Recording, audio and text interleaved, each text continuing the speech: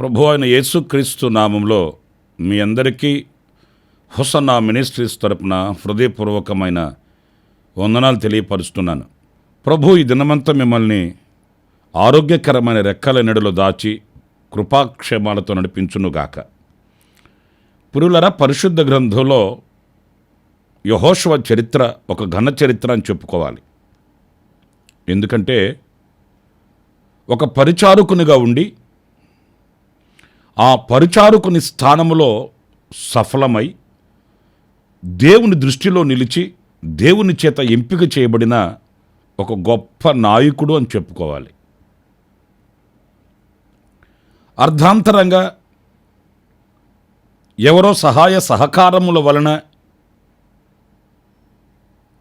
ఒక ఉన్నత స్థితికి వచ్చినవాడు కాదు. తనకంటూ ఒక సత్ప్రవర్తన కలిగి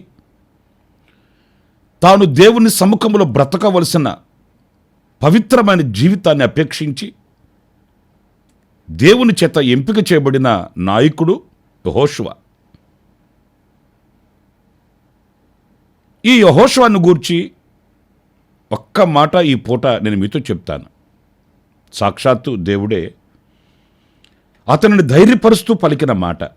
యెహోషువ గ్రంథం 11వ అధ్యాయం 6వ వాక్యంలో ఆ మాటని నేను చదివి వినిపిస్తానండి. వారికి భయపడుకుము, ప్రభు చెప్తున్న మాట అండి. ఇదే మాటని యెహోషువ గ్రంథంలో చాలాసార్లు మనం చదువుతాము. భయపడుకు, భయపడకు. ఎందుకంటే ఆ క్రింద స్థాయి నుంచి ఒక పరిచారకునిగా ఉన్న స్థానము నుంచి నాయకునిగా ఎదిగాడు గనుక ఆ దైవ ప్రణాళికను నెరవేర్చగలిగినటువంటి ఆ స్థానంలో ఉన్నాడు గనుక దేవుడు ఆయనని ధైర్యపరుస్తూ భయపడకు, భయపడకు. ఈరోజు ఈ విషయాన్ని మనం ఆలోచిస్తే పలు విధాలుగా పలు విషయాలలో మనం అధైర్యపడుతూ ఉంటామండి. నాది చిన్న వయసు, ఈ కార్యాన్ని నేను చేయగలనా అనే అధైర్యం. నా దగ్గర అంత ధన సమృద్ధి లేదు, ఈ పని జరుగుతుందా అనే అధైర్యం. నాకు అంతగా సపోర్ట్ చేసేవాళ్ళు లేరు, నా పక్షాన ఉన్నవారు లేరు గనుక ఈ కార్యం సఫలమవుతుందా అనే అధైర్యం. ఒకటేంటి, ప్రతిదానిలో ఏదో ఒక విషయాలలో అధైర్యం మనిషిని కృంగదీస్తుందండి. ఆరోగ్యపరంగా కానివ్వండి, ఉద్యోగపరంగా కానివ్వండి, ఎన్నో విధాలుగా అధైర్యం మనిషిని వెంటాడుతుంది. ఈ అధైర్యపు నీడలో మనిషి కృంగిపోతున్నాడు. కానీ ధైర్యం కలిగి ఉండగలిగిన వారు ఎవరు? పోనీ మనం ధైర్యం కలిగి ఉండాలంటే ఏం చేయాలి అనే విషయాన్ని పరిశుద్ధ గ్రంథంలో మనం చదివితే సామెతల గ్రంథం 14వ అధ్యాయం 26వ వాక్యం స్పష్టంగా ఒక అనుభవాన్ని మనకు చూపిస్తుంది. నేను చదువుతాను ఆ మాటల్ని. యెహోవా యందు భయభక్తులు కలిగి ఉండుట బహుధైర్యము పుట్టించును. ప్రియులారా, చూడండి, మనం ధైర్యం కలిగి బ్రతకాలి అనంటే యెహోవా యందు మనం భయభక్తులు కలిగిన వారమై ఉండాలట. అలాంటి వాళ్ళు ధైర్యంగా ఉంటారటండి. ఏదో క్రైస్తవ మతంలో ఉండడం కాదు, లేక క్రైస్తవునిగా పేరు పెట్టుకోవడం కాదు. దేవుని యందు మనకు భయము, భక్తి. ఈ రోజున దేవునికి భయపడే వాళ్ళు ఎంతమంది? దేవునికి శిరస్సు వంచి ఆయన నా ప్రభువు, ఆయన నా నాయకుడు, ఆయన నా తండ్రి, ఆయనే నా యజమానుడు ఇలా తలపోసుకొని ఆయనకు భయపడగలిగిన వ్యక్తులు ఎంతమంది? పరిశుద్ధ గ్రంథంలో మనం చదువుతాము, అబ్రహాము దేవునికి భయపడిన వాడని, యోసేపు దేవునికి భయపడిన వాడని. నేను అంటాను, వాళ్ళ ఆశీర్వాదాలు చూడండి, వాళ్ళ బ్రతుకు యొక్క వైఖరి చూడండి. దేనికి భయపడలేదు వాళ్ళు.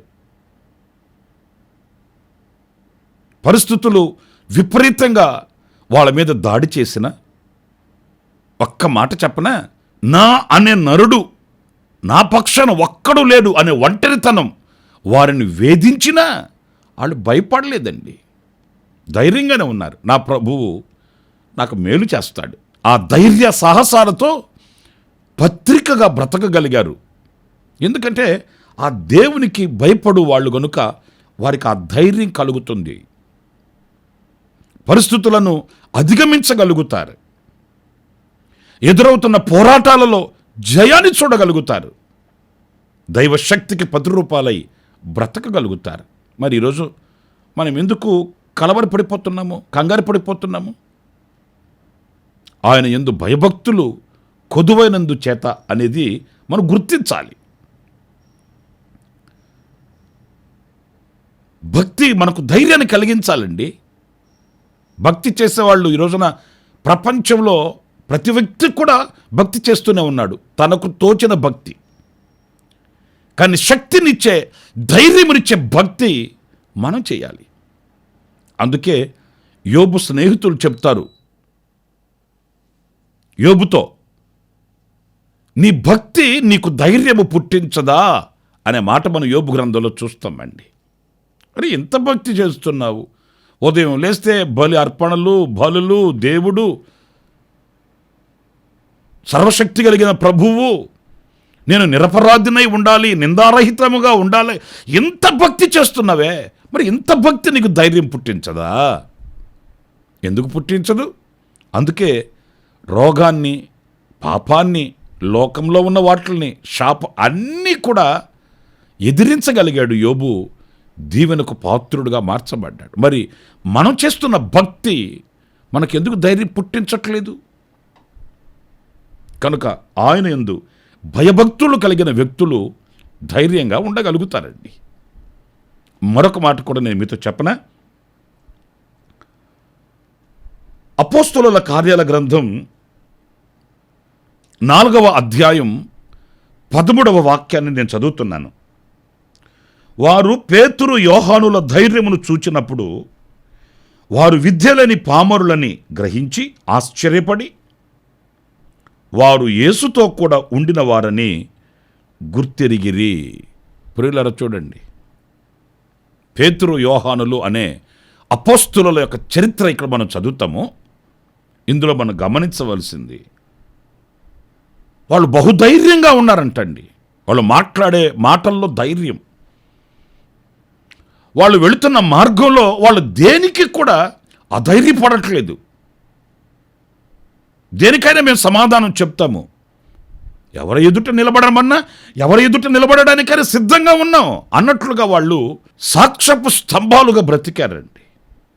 చూచే వాళ్ళకి ఆశ్చర్యం కలిగింది. వీళ్ళు ఏమైనా చదవరుల, చరిత్ర తెలిసిన వాళ్ళ, లేకపోతే వీళ్ళకి లోకజ్ఞానంలో పండితులైన వాళ్ళ? కాదే.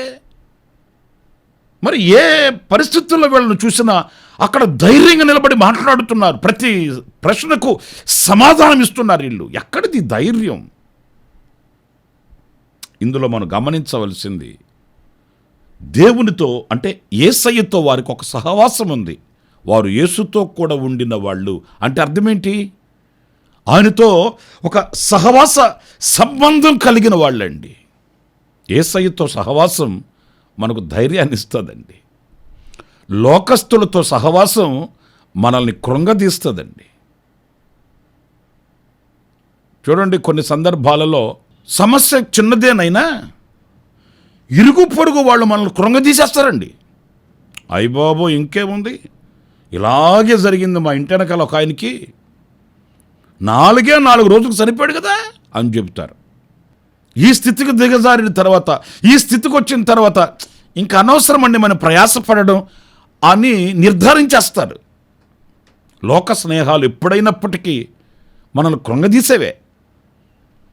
కానీ దేవునితో మనకు ఒక సంబంధం, సహవాసం కలిగి ఉంటే ఆ సహవాసం ఏ కష్ట పరిస్థితులలోనైనా మనల్ని ధైర్యముగా ముందుకు వెళ్ళే ఆ శక్తినిస్తుంది ఆ దేవుని సహవాసం. సింహాల బోనులో దానియేలుని వేసేశారండి. సింహాల బోనులో దానియేలుని వేస్తే ఆయన కృంగిపోలేదు, అధైర్యపడిపోలేదు. ఎందుకో తెలుసండి, అతడు యెరూషలేము వైపు కిటికీలు తెరచి దేవునితో మాట్లాడుకునే ఆ సహవాసం దేవునితో కలిగి ఉన్నాడండి. సింహాలేంటి, ఎలుగుబంట్లేంటి, మృగాలేంటి, విషసర్పాలేంటి, చట్టాలేంటి, రాజు శాసనాలేంటి, ఈ దేవునితో సహవాసం కలిగిన వ్యక్తి దేనికి భయపడడండి. ఈ ధైర్యం అతనికి ఉంటుంది. నేను దేవునితో సహవాసం చేస్తున్నాను, ఆ సహవాసం నన్ను అనాథగా విడిచిపెట్టదు, శత్రువుల చేతికి నన్ను అప్పగించదు, తలవంపులు కలిగించదు అనే ధైర్యం. ప్రియ సహోదరులారా, మనకు ఆ సహవాస సంబంధాలు ఉన్నాయంటారా దేవునితో? ఆయన పోయిన వాళ్ళతో, ఇరుగు పొరుగు వాళ్ళతో, స్నేహితులతో, బంధువులతో మనకు మంచి సహవాసాలు ఉంటాయి. కొందరితో సహవాసం చేస్తారు, ఒక రోజుకి కనీసం 10-15 సార్లైనా ఫోన్ చేసి మాట్లాడకపోతే వాళ్ళకి నిద్ర పట్టదు. వాళ్ళ సహవాసం అది. మరి దేవునితో మనతో మాట్లాడుతూనే ఉంటారు, అప్పుడప్పుడు సెల్ ఫోన్ చూసుకుంటుంటారు కొంతమంది. ఎందుకని అంటే ఎవరైనా ఫోన్ చేశారేమోనని పరీక్షించుకుంటుంటారు. మరి దేవునితో ఏనాడైనా ప్రభుతో నేను మాట్లాడాలి, ప్రభుతో సహవాసం కలిగి ఉండాలన్న పరిశీలన, పర్యవేక్షణ మనకు కలుగుతుందా? లేదు. నా ప్రియ సహోదరులారా, ఆయనతో సహవాసం చేసి చూడు, ధైర్యంగా బ్రతకగలుగుతావు, లోకాన్ని ఎదిరించగలుగుతావు, ఎదురైన శోధనలను జయించగలుగుతావు, ధైర్యంతో ప్రభు కొరకై పత్రికగా నిలబడగలుగుతావు.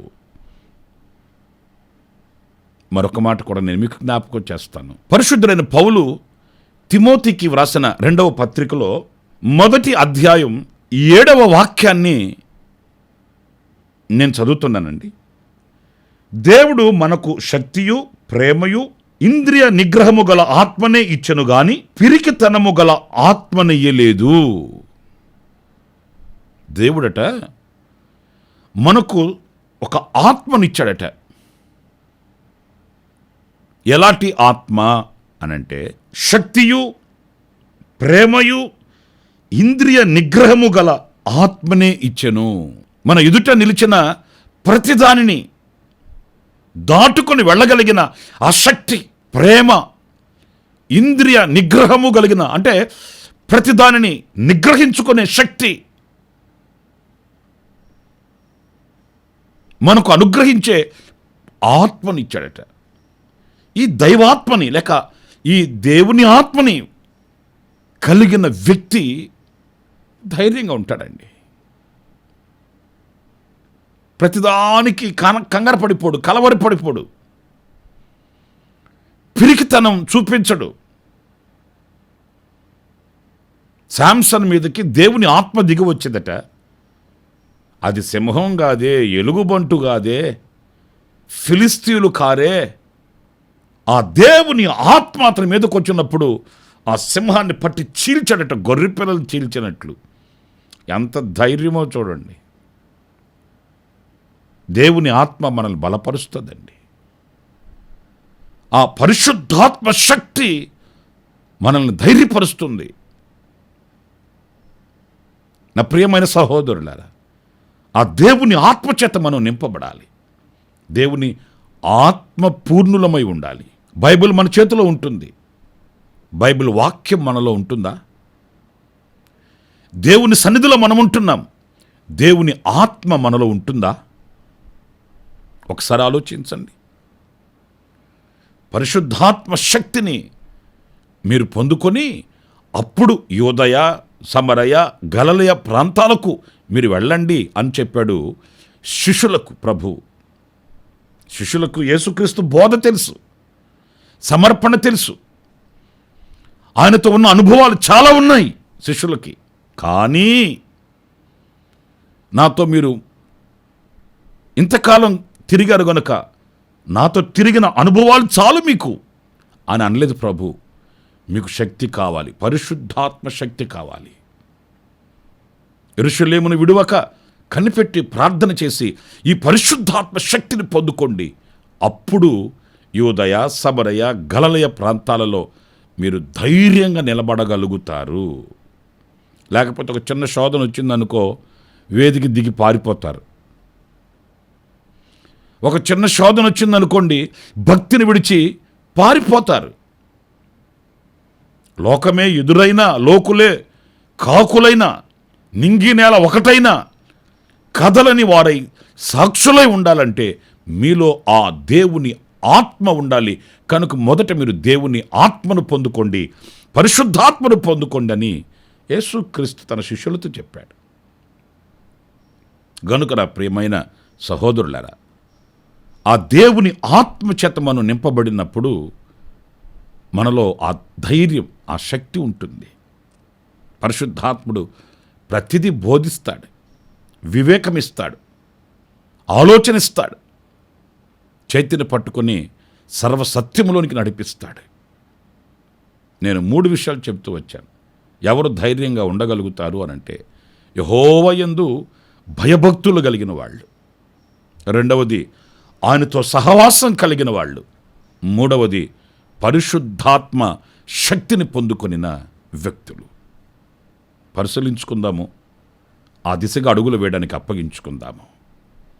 ఆశ్చర్యకరుడైన తండ్రి, జీవాధిపతి అయిన ప్రభువా మీకు వందనాలు. ఈ దినం మేము ధైర్యముగా ఉండుటకు కావలసిన అనుభవాలేంటో ఒక్కొక్కటిగా ధ్యానిస్తూ వచ్చాము. ఆ రీతిగా మమ్మల్ని నడిపించండి. మీ యందు భయభక్తులు కలిగిన వారమై ఉండడానికి, మీతో సహవాసం కలిగి ఉండడానికి, పరిశుద్ధాత్మ పూర్ణులమై బ్రతకడానికి నాయనా మీరు కృప చూపించారు. చేతులెత్తి మీకు స్తుతి చెల్లిస్తూ ఉన్నాను. మీ కొరకై పత్రికలుగా మేము జీవించుటకు సహాయం చేయమని మమ్మల్ని ఒక్కొక్కరిని మీ చేతులు సమర్పించుకుంటూ, ఎవరైతే అధైర్యంతో ఉన్నారో, సమస్యల వలయాలలో కృంగిపోతున్నారో, ఏమగునో అనే సమస్యతో, అనే అధైర్యంతో బలహీనులై ఉన్నారో వారిని ధైర్యపరచండి, వెన్నుతట్టండి, మీరు చేపట్టి నడిపించండి. మీ పాద పద్మానికి వారిని అప్పగిస్తున్నాను స్వామి. మాకు లోకంలో మనుషులు ఎవ్వరూ లేరు, మా ఎదుట నిలిచి వెన్నుతట్టే వ్యక్తులు మాకెవరూ లేరు నాయన, మీరు మాకున్నారు. అందుకే మీ పాద పద్మానికి వారిని అప్పగిస్తున్నాను. ఒక నూతన ధైర్యాన్ని, నిరీక్షణను హృదయంలో పుట్టించి, గమ్యం చూపించి, నడకను ప్రారంభించి, నీ బిడ్డలకు ఆదరణకర్తగా మీరుండి కృప చూపించమని ఆశ్చర్యకరమైన మీ హస్తానికి మమ్మల్ని అప్పగించుకుంటూ యేసు నామములో ప్రార్థించి వేడుకొనుచున్నాను తండ్రి. ఆమేన్, ఆమేన్. ప్రభు మిమ్మల్ని ఆశీర్వదించి దీవించునుగాక. ఈ దినమంతా విశేషమైన కృప నా దేవుడు సమృద్ధిగా మీకు అనుగ్రహించునుగాక. ఆమేన్. ప్రతి దినము ఈ అనుదిన కృపాను సందేశాల కొరకు, ఇంకా మరిన్ని ఆత్మ సంబంధమైన సందేశాల కొరకు ఈ మా యూట్యూబ్ ఛానల్ ని సబ్స్క్రైబ్ చేసుకోండి. Pastor Ramesh, hosanna ministries.